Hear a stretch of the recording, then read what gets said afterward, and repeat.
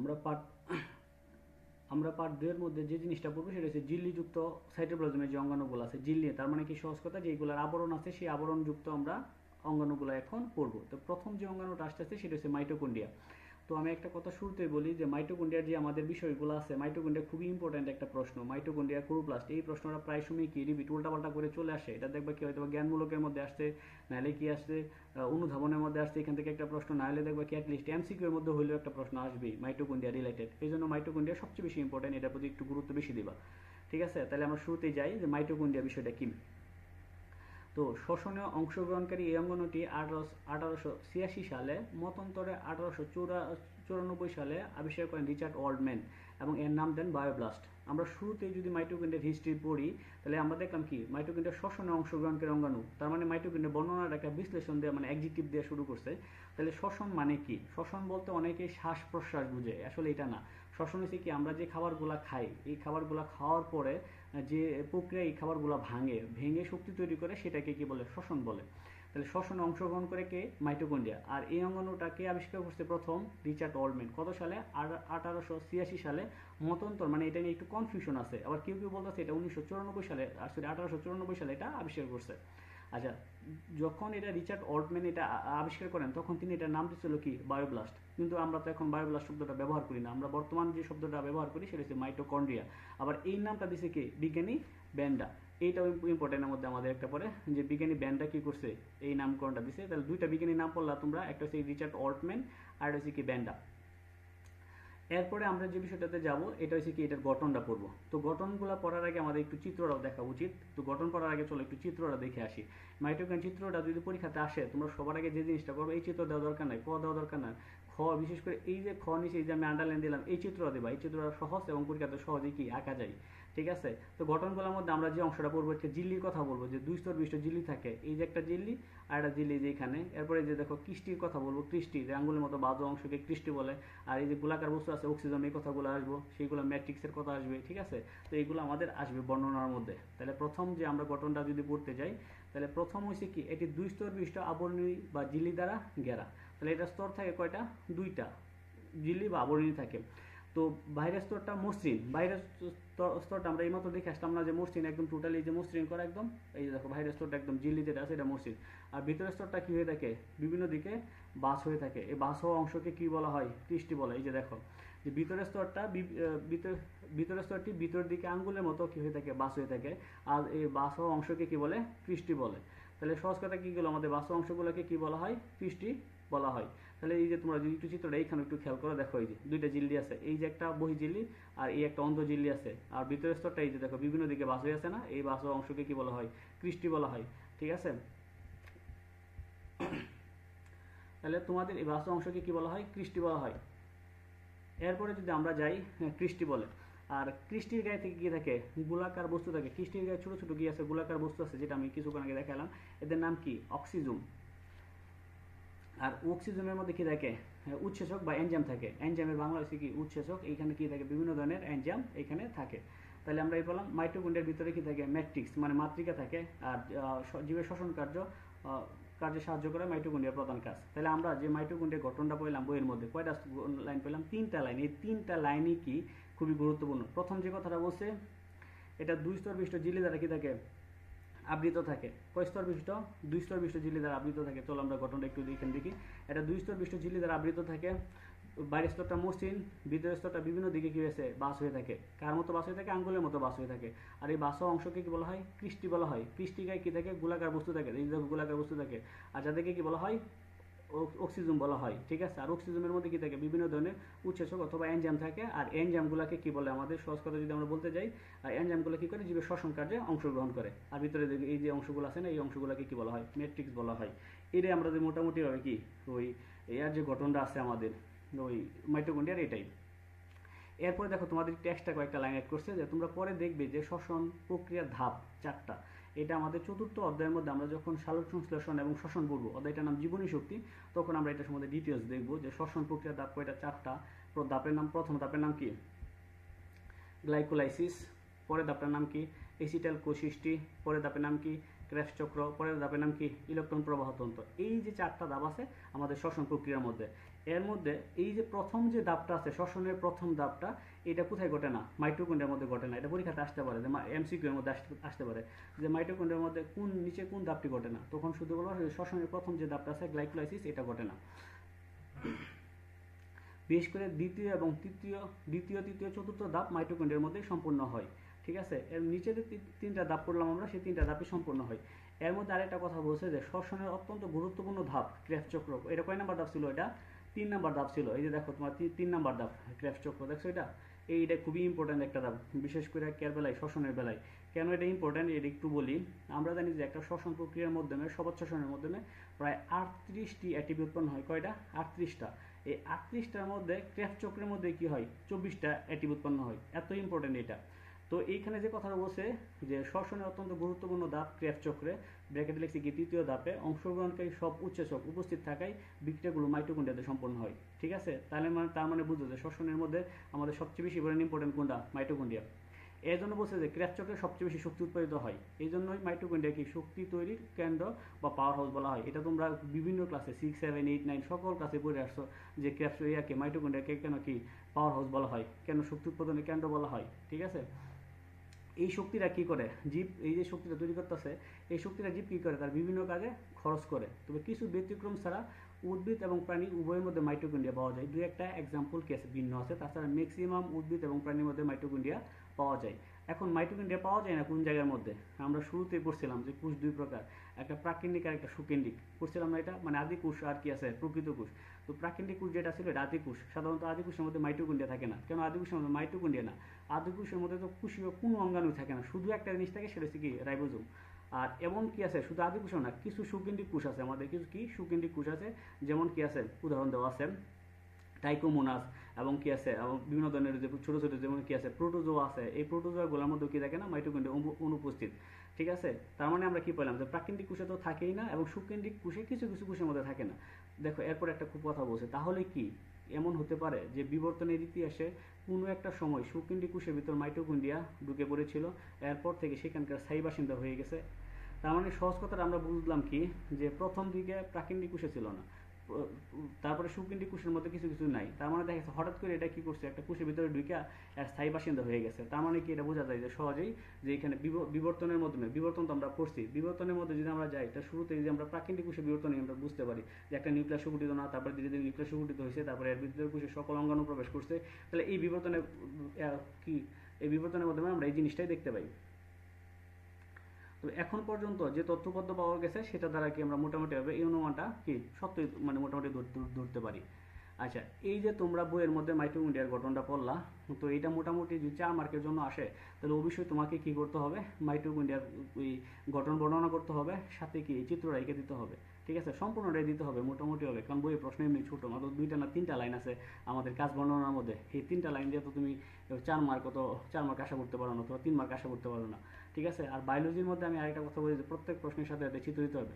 তবে যারা একটু মানে বেশি অ্যাডভান্স, যারা তোমরা মনে করতেছো যে না আমরা এই প্রশ্ন থেকে একটু বড় করে পড়বো, তাহলে তাদের জন্য আমি আরেকটা প্রশ্ন দেখাই। দেখো উত্তরটা, এই উত্তরটা খুব সুন্দর। এটা বেশি না, এটা হচ্ছে জাস্ট খালি এই যে তুমি ভিতরে যে অঙ্গাণুগুলো পড়ছো এদের একটু বর্ণনাগুলো এখানে দিবা। তো প্রথম দেখো মাইটোকন্ড্রিয়া গঠনের মধ্যে ভিতরে কি দেখছো? এটা একটা রাইবোজোম দেখছো। ও এটা যদি তোমাদের মনে হয় যে এটা ভালো, এটা আমি দিব। ঠিক আছে, আমাদের বইয়ের মধ্যে আমি একটা কথা বলি সবসময় যে কিছু কিছু প্রশ্ন আছে যে প্রশ্নগুলো আমাদের সবচেয়ে বেশি করে ইম্পর্টেন্ট, পরীক্ষাতে আসে। এই প্রশ্নগুলো চেষ্টা করবো খুব সুন্দর করে গুছায় উত্তর দেওয়ার জন্য, যে অন্য থেকে একটু ব্যতিক্রম হয়, যাতে তোমার খাতার মানটা বাড়ে। এবং খাতার মান যদি বাড়ে, দেখো অটোমেটিক তোমার কি অন্য এই মানে একটা প্রশ্ন ভালো লিখলে আরেকটা প্রশ্ন একটু খারাপ হলে ওইটার উপরে কি প্রভাব পড়ে, যে না ছেলেটা খুব ভালো লিখছে, খুব ভালো জানে। তো প্রথম যে জিনিসটা বললাম, তো এই প্রশ্নটা তোমরা খাতার মধ্যে লিখে রাখতে পারো, যেটা তোমাদের কাজে আসবে। তো প্রথম যে বিষয়টা হচ্ছে কি রাইবোজোম। দেখো মাইটোকন্ড্রিয়ার ভিতরে আমরা ক্ষুদ্র ক্ষুদ্র রাইবোজোম দেখলাম না, এই যে ক্ষুদ্র ক্ষুদ্র রাইবোজোম আছে। এরপর ঝিল্লি আছে 2 ধরনের, একটা অন্তঃঝিল্লি আর একটা কি ঝিল্লি আছে, বহিঃঝিল্লি। ঠিক আছে, এরপরে আমাদের কি আছে, বৃত্তাকার বা গোলাকার কি আছে, ডিএনএ আছে। এরপরে কি আছে, ক্রিস্টি আছে, ম্যাট্রিক্স আছে, দেখছো যে ম্যাট্রিক্স। তারপরে কি আছে, অ্যাটিপি সিনথেসিস। এখন যে গঠনগুলো বর্ণনা করবো এগুলো প্রত্যেকটা একটা পয়েন্ট আকারে। ঠিক আছে, এই পয়েন্টগুলো খালি একটু দেখলেই তোমাদের কাজে আসবে। তো প্রথম দেখো যে আবরণীর কথা বলছে, তাহলে এইখানে কি আছে, আবরণী, বহিঃঝিল্লি, অন্তঃঝিল্লি কয় ধরনের আবরণী ছিল? 2 ধরনের। তাহলে মাইটোকন্ড্রিয়া লিপোপ্রোটিন বাই লেয়ার নামক 2টা মেমব্রেন থাকে। তোমরা যদি এখানে না পারো তাহলে সহজ কথা বলবো যে মাইটোকন্ড্রিয়া অন্তঃঝিল্লি এবং বহিঃঝিল্লি নামক 2 ধরনের কি আছে মেমব্রেন, মানে পর্দা, বাংলা লিখতে পারো পর্দা দ্বারা কি ঢাকা, পর্দা দ্বারা গঠিত। এরপরে তোমরা যদি যাও পরের অংশ রয়েছে কি প্রকোষ্ঠ। প্রকোষ্ঠ মানে ফাঁকা অংশ। তাহলে আমরা দেখি কোন কোন জায়গায় প্রকোষ্ঠ আছে। তো দুইটা মেমব্রেনের মাঝখানে ফাঁকা অংশকে কি বলা হয়? বহিস্থ প্রকোষ্ঠ বা অন্তঃমেমব্রেন ফাঁক বলে। দুইটা প্রকার ফাঁকা মানে কি? তাহলে এই যে এখানে দেখো, তুমি একটু তাহলে ভালো করে দেখো যে আমাদের কি আছে, এই যে অন্তঃঝিল্লি আর একটা বহিঃঝিল্লি, ঠিক আছে? বহিঃঝিল্লি লাইনটা একটু বর্ধিত হয়ে গেছে, আসলে এটা না, এটা মাথা থেকে হবে, যে এখানে যে এর আছে এটা এই জায়গা থেকে হবে আমাদের, ঠিক আছে? এটা এই জায়গা থেকে হবে, ঠিক আছে? তাহলে অন্তঃঝিল্লি এবং বহিঃঝিল্লির মাঝখানে এই যে ফাঁকা জায়গাটা আছে, এই ফাঁকা জায়গাটাকে আমরা কি বলতেছি? অন্তঃমেমব্রেন ফাঁক বলতেছি, অথবা কি বলতেছি? অথবা আমরা বলতেছি কি? বহিস্থ প্রকোষ্ঠ, ঠিক আছে? এটাও তুমি বলতে পারো। এরপরে দেখো, ভিতরে মেমব্রেন দ্বারা আবদ্ধ কেন্দ্রীয় অঞ্চলকে বলা হয় অভ্যন্তরীণ কক্ষ, ঠিক আছে? ভিতরে মেমব্রেন মানে কি? এই যে বহিঃঝিল্লি দ্বারা আবৃত ছিল আমাদের, এই যে বহিঃঝিল্লি, এই বহিঃঝিল্লি দ্বারা তো পুরাটা আবৃত। তাহলে এই ভিতরে যে অঞ্চলগুলো আছে, এইগুলাকে আমরা কি বলতেছি? বহিস্থ। এগুলাকে কি বলতেছি? মানে কেন্দ্রীয় অঞ্চল বা অভ্যন্তরীণ কক্ষ, ঠিক আছে? আর এই কেন্দ্রীয় অঞ্চলের ভিতরে কি কি থাকে? কেন্দ্রীয় অঞ্চলটা জেলির মতো নেই, সমসত্ব বা বিভিন্ন ধরনের পদার্থ থাকে, পদার্থ অথবা ধাত্র দ্বারা পূর্ণ থাকে। আর এই ধাত্র পদার্থগুলোকে কি বলা হয়? ম্যাট্রিক্স বলা হয়। তোমাদের বইয়ে কিন্তু ম্যাট্রিক্সের কিচ্ছুই বলে নেই, জাস্ট খালি বলছে যে ভিতরে কি থাকে? ম্যাট্রিক্স থাকে। তাহলে ক্লিয়ার হয়েছে যে প্রকোষ্ঠ পাইলে আমরা কয় ধরনের? দুই ধরনের। একটা বহিস্থ কক্ষ বা বহিষ্ঠ প্রকোষ্ঠ। কীরকম? যে দুই মেমব্রেন, অন্তঃঝিল্লি এবং কি বহিঃঝিল্লির মাঝখানে যে ফাঁকা স্থানটা আছে, সেটাকে আমরা কি বলবো? বহিস্থ কক্ষ বলবো বা অন্তঃমেমব্রেন ফাঁক বলবো। আর ভিতরে যে ঝিল্লিটা আছে, ঠিক আছে, অন্তঃঝিল্লি দেওয়া যে টোটাল যে অঞ্চলটা ঘেরাও করা আছে, সেটাকে বলবো আমরা অভ্যন্তরীণ কক্ষ। আর এটার ভিতরে বিভিন্ন ধরনের ঝিল্লির মতো কি থাকে? বিভিন্ন পদার্থ থাকে, আর যেটাকে আমরা বলতেছি কি? অভ্যন্তরীণ কক্ষ। আর এই ঝিল্লির মতো পদার্থ বা ধাত্র আছে, সেটাকে আমরা কি বলবো? ম্যাট্রিক্স বলবো। এরপরে যে আমরা কৃষ্টির মধ্যে, তাহলে কৃষ্টিটা একটু দেখে আসো যে কৃষ্টি কারে বলা হইতেছে। এই যে আমাদের টোটাল যে বিশেষ করে অন্তঃঝিল্লি বিভিন্ন দিকে বাস হয়ে আছে না? এই যে বাস, এই যে দেখো বাসগুলা, এই যে বাসটা আছে, এই যে বাস, এটা কিসের মতন? একটা আঙ্গুলের মতো না? এই যে বাসগুলা, এই যে বাসগুলো আছে, এগুলা কি কিসের মতো? আঙ্গুলের মতো। আর এই অংশগুলাকে কি বলা হয়? কৃষ্টি বলা হয়, ঠিক আছে? তাহলে এখন আমরা যদি পড়ি, তাহলে হচ্ছে ভিতরে মেমব্রেন সোজা, বাইরে মেমব্রেন সোজা। আমি আগেই বলছিলাম যে বাইরে মেমব্রেন মসৃণ বা সোজা একেবারে, কিন্তু ভিতরে মেমব্রেনটি নির্দিষ্ট ব্যবধানে, মানে একটু পর পর নির্দিষ্ট ব্যবধানে ভিতরের দিকে বাস হয়ে আঙ্গুলের মতো কি আছে? প্রবর্ধক কি সৃষ্টি করে। আর এই প্রবর্ধিত অংশকে কি বলা হয়? কৃষ্টি বলা হয়। সহজ না এটা? আচ্ছা, এরপরে যদি যাও তোমরা, কৃষ্টির পরে কি আছে? অক্সিজম, ঠিক আছে? মাইটোকন্ড্রিয়ার অন্ত আবরণীর গাত্রে অতি সূক্ষ্ম কি আছে? অসংখ্য দানা লেগে আছে, এদেরকে অক্সিজম বলে। তাহলে আমরা যদি যাই এখানে প্রশ্ন আমাদের একটু দেখি, তাহলে এই যে দেখো আমাদের মাইটোকন্ড্রিয়ার যে অন্তঃপ্রাচীর যেটা আছে, অন্তঃঝিল্লি, এটার গায়ে ছোট ছোট কি আছে? ছোট ছোট এই যে পদার্থগুলো আছে, এইগুলাকে বলতেছে কি? এই যে এটা এবং কি আছে? এই যে ঠিক আছে, এই পদার্থগুলোকে বলা হইতেছে কি আমাদের? এই পদার্থগুলোকে আমরা বলতেছি কি? যে অক্সিজম, ঠিক আছে? আর অক্সিজমের গায়ে কি থাকে? বিভিন্ন ধরনের উৎসেচক বা এনজাইম থাকে। এরপরে যাও এটিপি কি আছে? এটিপি সিনথেসিস, ওই যে অংশটা দেখছিলাম আমরা, এটিপি সিনথেসিস করে, এই চিত্রটা দেখি তো তাকাইবা, তাহলে হবে যে কৃষ্টির স্থানে স্থানে কি থাকে? এটিপি সিনথেসিস নামক গোলাকার বস্তু আছে, যেটার মধ্যে কি এটিপি সংশ্লেষিত হয়। এর মধ্যে কি আছে? বৃত্তাকার ডিএনএ এবং রাইবোজোম আছে, ঠিক আছে? তাহলে আমরা দেখো বৃত্তাকার ডিএনএ অথবা রাইবোজোম, এটা একদম সহজ জিনিস, একদম টোটালি, যে চিত্রটার দিকে তাকাইলে বোঝা যায় মোটামুটি হবে। এর ভিতরে দেখো এই যে বৃত্তাকার কি আছে? ডিএনএ আছে, বৃত্তাকার ডিএনএ আছে আমাদের, এই যে দেখো বৃত্তাকার ডিএনএ এবং কি রাইবোজোম তো উপরে দেখাইলাম আমি, এই জিনিসগুলো আছে। আর এটিপি সিনথেসিস কোন জায়গার মধ্যে করে? এই যে এই জায়গার মধ্যে। জাস্ট খালি যে চিত্রে যে ভিতরে যে গঠনগুলো আছে, এইগুলো বর্ণনা দিয়ে তুমি নিজে নিজে করে 1 লাইন 2 লাইন করে লিখে দিতে পারো, তাহলে প্রশ্নটা কি হয়? অনেক সুন্দর হয়, ঠিক আছে? আমি আশা করবো যে তোমরা এই প্রশ্নটা দিবা। এই প্রশ্ন দিলে তোমাদের খাতার মান অনেক ভালো দেখা যাবে এবং বোঝা যাবে যে কি তোমরা একটু পড়াশোনা করে আসছো। এরপরে দেখো মাইটোকন্ড্রিয়ার যে কাজগুলো আছে, মাইটোকন্ড্রিয়া কি কি কাজ করে, ঠিক আছে? ওইভাবে তো কাজ দেয় নাই, শুধু জাস্ট খালি শ্বসনে শক্তি উৎপাদন করে একটা কাজ বলছে। তাহলে প্রথম যে কাজটা আছে আমাদের, প্রথম কাজটা বলছে কি? প্রথম কাজটা বলছে যে কোষের যাবতীয় শক্তি উৎপাদন এবং কি নিয়ন্ত্রণ করে। যত শক্তি যা আছে সব মাইটোকন্ড্রিয়া কি করে? উৎপাদন এবং নিয়ন্ত্রণ করে। 2 নম্বর কাজের কথা কি বলছে? 2 নম্বর কাজ বলছে শ্বসনের জন্য প্রয়োজনীয় এনজাইম এবং কোএনজাইম প্রবৃত্তি ধারণ করে। শ্বসনের জন্য যত এনজাইম লাগুক অথবা কোএনজাইমের প্রয়োজন হোক, সবগুলো ধারণ করে কি? মাইটোকন্ড্রিয়া। এরপর দেখো মাইটোকন্ড্রিয়ার মধ্যে কি আছে? নিজস্ব ডিএনএ অথবা আরএনএ আছে, ঠিক আছে? নিজস্ব ডিএনএ অথবা আরএনএ উৎপন্ন হয়, যেটা বংশবৃদ্ধিতে কি করে? ভূমিকা রাখে। এরপর আরেক কিছু এক্সট্রা কাজ আছে, যেটা হচ্ছে কি? প্রোটিন সংশ্লেষণ করতে পারে, স্নেহ বিভাগে সাহায্য করে। শ্বসনের যে বিভিন্ন পর্যায়গুলো আছে, কি কি পর্যায়ে আছে? ক্র্যাশ চক্র, ইলেকট্রন ট্রান্সপোর্ট, অক্সিডেটিভ ফসফোরাইলেশন, এই সবগুলা আমাদের কি হয়? মাইটোকন্ড্রিয়ার মধ্যে সম্পন্ন হয়। এই জন্য বললাম যে মাইটোকন্ড্রিয়া তুমি যদি পারো, মাইটোকন্ড্রিয়া এটা দিয়ে, এটা খুব সুন্দর একটা গঠন, ঠিক আছে? এরপরে আমরা যে ঘটনাটা বলবো সেটা হচ্ছে কি? ক্লোরোপ্লাস্ট। ক্লোরোপ্লাস্টও খুব ইম্পর্টেন্ট একটা জিনিস। তো প্রথম যদি আমরা ক্লোরোপ্লাস্টে একটু যাই, তাহলে বইয়ের মধ্যেই দেখি যে ক্লোরোপ্লাস্ট বিষয়টা কি বলছে। আচ্ছা, ক্লোরোপ্লাস্টের মধ্যে শুরুতে আসবে প্লাস্টিড। বিষয়টা কি? কোষের আরেকটা ঝিল্লিবদ্ধ অঙ্গাণুর নাম হলো কি? প্লাস্টিড। ঠিক আছে, প্রথম বলছে বিজ্ঞানী আর্নস্ট হ্যাকেল, সেটা কি করছে 1866 সালে উদ্ভিদ কোষের একটা গুরুত্বপূর্ণ অঙ্গাণু প্লাস্টিড আবিষ্কার করেন। কি আবিষ্কার করছে? এটা বিজ্ঞানী হ্যাকেল। এবং প্লাস্টিডের প্রধান কাজ হচ্ছে খাদ্য প্রস্তুত করা, খাদ্য সঞ্চয় করা, উদ্ভিদের দেহকে বর্ণময় এবং আকর্ষণীয় করে পরাগায়নে সহায়তা করা। তাহলে আমরা যে জিনিসটা পাইলাম সেইখানে, যে তিনটা কাজ পেলাম। উদ্ভিদ দেখো কাজ কয়টা? খাদ্য কি করে প্রস্তুত করা, খাদ্য সঞ্চয় করা, ঠিক আছে, দেহকে বর্ণময় এবং আকর্ষণীয় করে পরাগায়নে সহায়তা করা। তিনটা কাজ মানে তিন ধরনের প্লাস্টিড আছে। দেখো, খাদ্য প্রস্তুত করে কে? ক্লোরোপ্লাস্ট। এবং খাদ্য সঞ্চয় করে কে? লিউকোপ্লাস্ট। ঠিক আছে, লিউকোপ্লাস্ট। এবং উদ্ভিদকে বর্ণময় আকর্ষণীয় করে ক্রোমোপ্লাস্ট। ঠিক আছে, এই তিনটা প্লাস্টিড। তার মানে সহজ কথা যদি বলি, প্লাস্টিড কয় ধরনের? তিন ধরনের। একটা কি? Chloroplast, chromoplast, leucoplast. তো প্রথম যে আমরা প্লাস্টিকটা বলবো সেটা হচ্ছে ক্লোরোপ্লাস্ট। এই ক্লোরোপ্লাস্টের গঠন এবং চিত্রসহ বর্ণনা প্রচুর পরিমাণে আসে, এটা একটু ভালো করে পড়তে হবে। এই প্রশ্নটা আমি বলবো যে বইয়ের বাইরে আমি একটা প্রশ্ন একটু পরে তোমাদের দেখাবো, তোমরা ওইভাবে লিখবা, ওই প্রশ্নটা খুব সুন্দর হয়। তো প্রথম যে বিষয়টা আছে কি? ক্লোরোপ্লাস্ট। সবুজ রঙের প্লাস্টিককে কি বলা হয়? ক্লোরোপ্লাস্ট বলা হয়। কোথায় কোথায় পাওয়া যায়? পাতা, কচি কাণ্ড, অন্যান্য সবুজ অংশে দেখে পাওয়া যায়।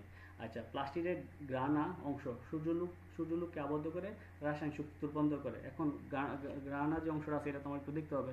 তাহলে চলো গ্রানা অংশ দেখো, এই যে খুঁজে বার করো গ্রানা কই আছে? গ্রানাম না? এই যে গ্রানাম যে অংশটা আছে এটার নামে কি? গ্রানা।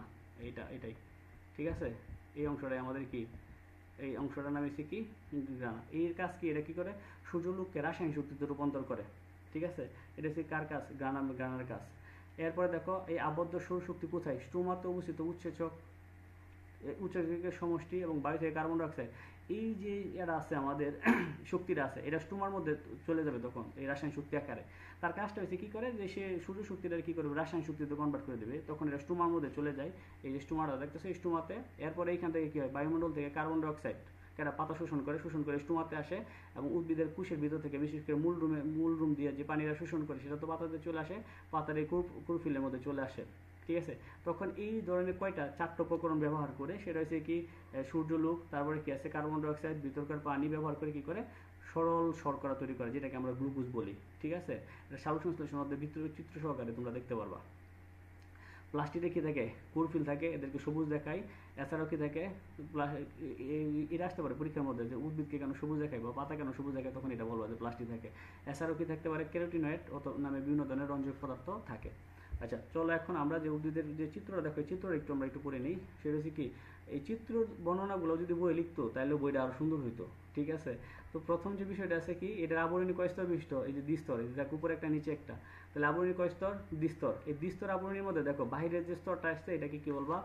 বহির্ঝিল্লি বলবা। আর ভিতরে যে স্তরটা আছে এটা কি? অন্তর্ঝিল্লি বলবা। এই দেখছো, এই তোমাদের গঠনগুলো তোমরা নিজেরাই বর্ণনা করতে পারবা বই থেকে, যে এটা ক্লোরোপ্লাস্ট কয় স্তরের? দ্বিস্তর। একটা বহির্ঝিল্লি একটা অন্তর্ঝিল্লি থাকে।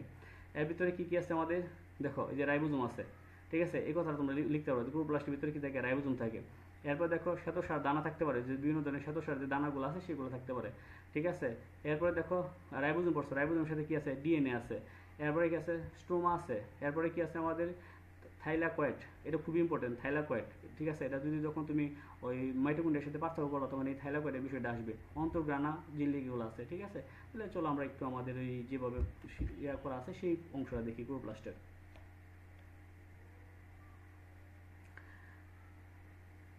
এই যে দেখো ক্লোরোপ্লাস্টের গঠন। ঠিক আছে, একেবারে সেম মাইটোকন্ড্রিয়ার মতোই। তো ক্লোরোপ্লাস্টের গঠনের মধ্যে আমরা প্রথম যে জিনিসটা পাবো, যে ঝিল্লি দুইটা, স্টোমা ল্যামেলাম, স্টোমা আছে। তারপরে কি আছে? গ্রানাম আছে, গ্রামান ল্যামেলাম আছে। আচ্ছা, আমরা এই জিনিসগুলো একটু পড়ি এখন।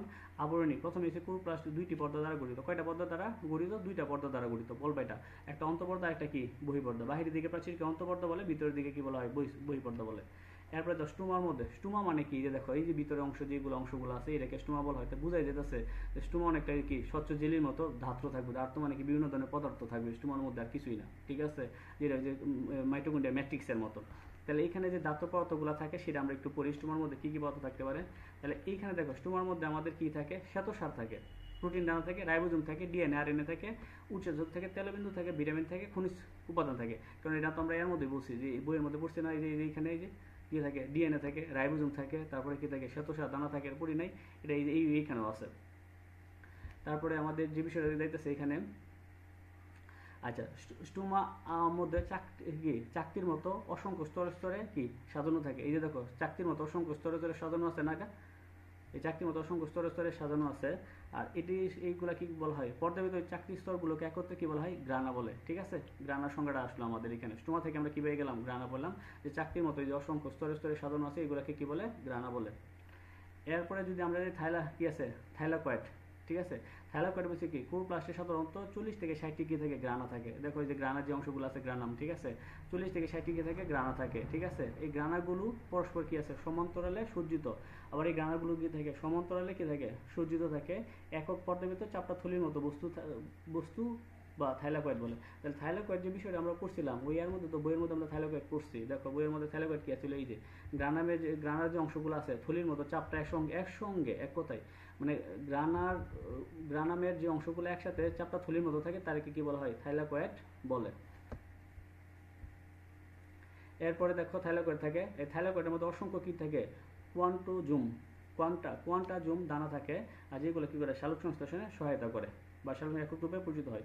অ্যাটিপি সিনথেসিস থাকে, থাইলাকয়েডের ঝিলিকায় অসংখ্য গোলাকার বস্তু ধারণ করে, যেটাকে অ্যাটিপি সিনথেসিস বলে।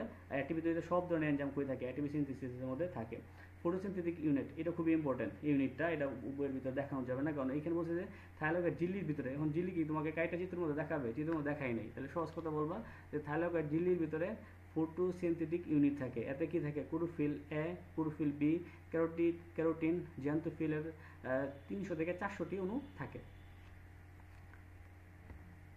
এরপরে যাও যদি, এরপরে আমাদের আর কিছুই নাই, এই যে গঠন মোটামুটি কি বর্ণনা হয়ে গেছে। ঠিক আছে, তাহলে এই কয়েকটা লাইন যদি তোমরা সুন্দর করে লিখতে পারো তাহলে তোমাদের আর সুন্দর হবে। আর চিত্রটা আশা করি বইয়ের চিত্রটা দিয়ে দিও। ঠিক আছে, বইয়ের চিত্রটা খুব সুন্দর।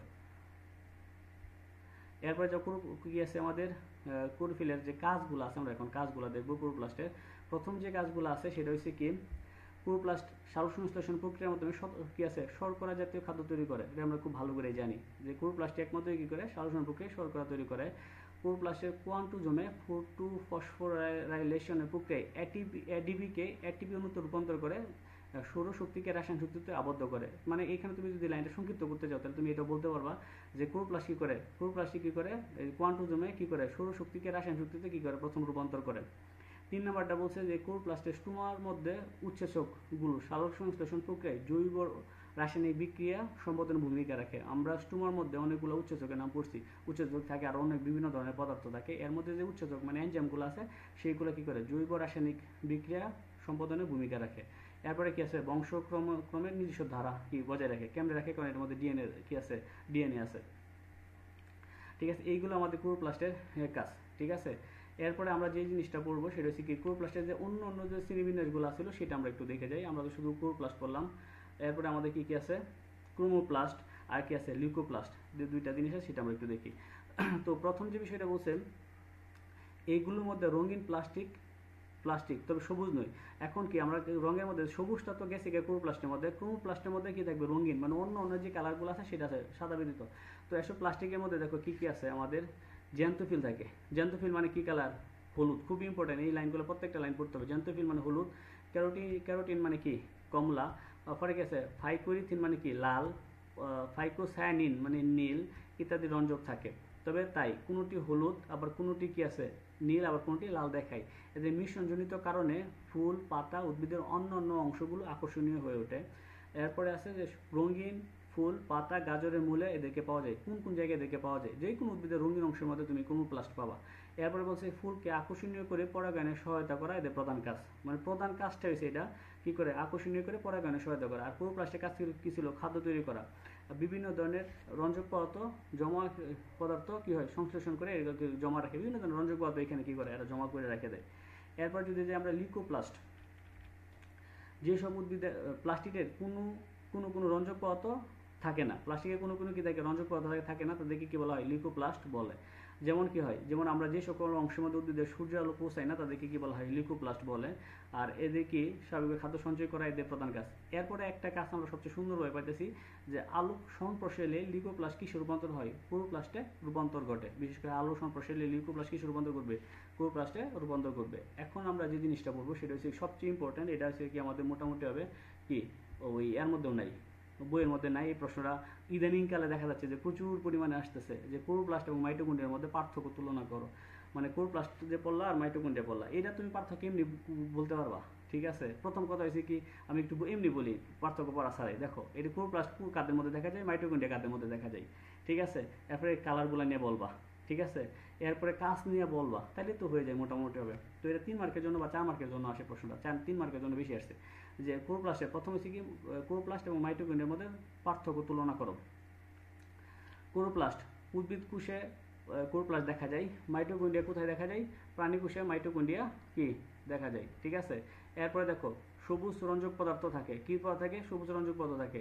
আর এদিকে সবুজ রঞ্জক কি রঞ্জক পদার্থ থাকে না, মানে সহজ কথা হচ্ছে প্লাস্টিকের মধ্যে কি থাকবে, সবুজ কালার থাকবে, এটা তো আমরা আগেই জানি। আর মাইটোকন্ড্রিয়ার মধ্যে কোনো ধরনের রঞ্জক পদার্থ থাকে না। তাহলে দুইটা পার্থক্য শেষ মোটামুটি হবে। যে উদ্ভিদ প্রথম হচ্ছে কি ক্লোরোপ্লাস্ট উদ্ভিদ কোষে পাওয়া যায়, এবং কি মাইটোকন্ড্রিয়া উদ্ভিদ এবং প্রাণী দুই জায়গায় পাওয়া যায়। এরপরে হচ্ছে কি সবুজ রঞ্জক পদার্থ কোথায় থাকে, ক্লোরোপ্লাস্টে থাকে, মাইটোকন্ড্রিয়ার মধ্যে থাকে না। তখন কোনো রঞ্জক পদার্থই নেই, সবুজ তো দূরের কথা, কোনো রঞ্জক পদার্থ থাকে না। এরপরে প্রকোষ্ঠের কথাগুলো মনে আছে যে আমরা প্রকোষ্ঠ পড়ছিলাম, ঠিক আছে। প্রকোষ্ঠ কিন্তু সব যত প্রকোষ্ঠ আছে সবগুলো বলছিলাম আমরা কিসের ভিতরে, মাইটোকন্ড্রিয়ার মধ্যে, ঠিক আছে। যেমন আমরা কি বলছিলাম, অন্তঃমেমব্রেন প্রকোষ্ঠ মানে বহিঃস্তর এবং অন্তঃস্তরের মধ্যে প্রকোষ্ঠ বলছিলাম মাইটোকন্ড্রিয়াতে। এরপরে আরও বিভিন্ন ধরনের প্রকোষ্ঠ কথা পড়ে আসছি। তাহলে এখন আমরা যে কথাটা বলবো সেটা হচ্ছে ক্লোরোপ্লাস্টের মধ্যে কি নাই, এতে কোনো প্রকোষ্ঠ নাই। আর আমাদের মাইটোকন্ড্রিয়ার মধ্যে কি আছে, অসম্পূর্ণ প্রকোষ্ঠ বিভক্ত। আর যে ওয়ার্ডটা সবচেয়ে বেশি পড়ে আসছে আমরা এর মধ্যে, যে কি আছে, থাইলাকয়েড। থাইলাকয়েড অনেকবার বলছি, তাই না। তাহলে এইখানে বলবা কি, যে ক্লোরোপ্লাস্টের মধ্যে থাইলাকয়েড থাকে, আর থাইলাকয়েড কিসের মধ্যে থাকে না, মাইটোকন্ড্রিয়ার মধ্যে থাইলাকয়েড থাকে না। আমরা পার্থক্য করে বলে ফেলছি, 1 2 3 4 5টা পার্থক্য দিলে সবচেয়ে সুন্দর হয়, ঠিক আছে। এরপরে লাস্টে যে এই থাইলাকয়েডের মধ্যে কি আছে, কোয়ান্টাজুম নামে যে দানা থাকে তা বৃন্তহীন, মানে বৃন্ত থাকবে না সেটার মধ্যে, ঠিক আছে। যে থাইলাকয়েডের মধ্যে কোয়ান্টাজুম নামে যে দানা থাকে সেটা হচ্ছে কি বৃন্তহীন। আর আরেকটা কথা বলছে এখানে কি, অন্তঃপর্দার গায়ে বিশেষ করে কোন অন্তঃপর্দা, যে ভিতরে যে মাইটোকন্ড্রিয়ার ভিতরে যে অন্তঃপর্দাটা আছে সেটার গায়ে অক্সিজুম নামে কি থাকে, দানা থাকে। ছোট ছোট দেখছো এটা গোলাকার দানা থাকে, সেটা নাম হচ্ছে কি, সেটা আবার বৃন্তযুক্ত, এটা একটু মানে বৃন্ত থাকবে সেটার মধ্যে। তাহলে এইগুলো আমাদের মধ্যে কি আমরা কি করলাম, তুলনা করলাম। এরপরে আমরা যাব আরেকটা অধ্যায়ের মধ্যে, সেটার মধ্যে এটার মধ্যে আমাদের পরে আছে কি, যে বিভিন্ন প্লাস্টিক গুলার পার্থক্য, ঠিক আছে। তাহলে যাও। আচ্ছা, এখন আমরা পড়বো বিভিন্ন যে প্লাস্টিক গুলো আছে, এই প্লাস্টিক গুলোর মধ্যে পার্থক্য গুলা পড়বো, এটা ইম্পর্টেন্ট। এটা পড়ার পরে তোমরা যে কোনো প্লাস্টিকের সাথে যে কোনো প্লাস্টিকের তুলনা করতে পারবা, ঠিক আছে। তো প্রথম যে বিষয়টা আছে আমাদের, প্রথম বিষয়টা এরা হচ্ছে কি, প্রথম পার্থক্যটা দেখো, কালার নিয়ে করছে, কি নিয়ে, কালার নিয়ে। এরা সবুজ বর্ণের প্লাস্টিক, আর এরা হচ্ছে কি, সবুজ বর্ণ ব্যতীত অন্য যে কোনো বর্ণ আছে সেটা হচ্ছে কি ক্রোমোপ্লাস্ট। আর লিউকোপ্লাস্ট হচ্ছে কোনো বর্ণহীন, মানে কি কোনো কালার নাই, ঠিক আছে। তাহলে প্রথম পার্থক্য হচ্ছে কি, বর্ণ নিয়ে, যে ক্লোরোপ্লাস্ট সবুজ বর্ণ, ক্রোমোপ্লাস্ট সবুজ বর্ণ ব্যতীত অন্য অন্য বর্ণগুলো, লিউকোপ্লাস্ট হচ্ছে কি বর্ণহীন। এরপরে দেখো রঞ্জক পদার্থ, কোনটার মধ্যে কোন ধরনের রঞ্জক পদার্থ আছে আমাদের। তাহলে প্রথম কোন ধরনের রঞ্জক পদার্থ আছে, ক্লোরোপ্লাস্টে কি থাকে, ক্লোরোফিল নামক রঞ্জক পদার্থ থাকে।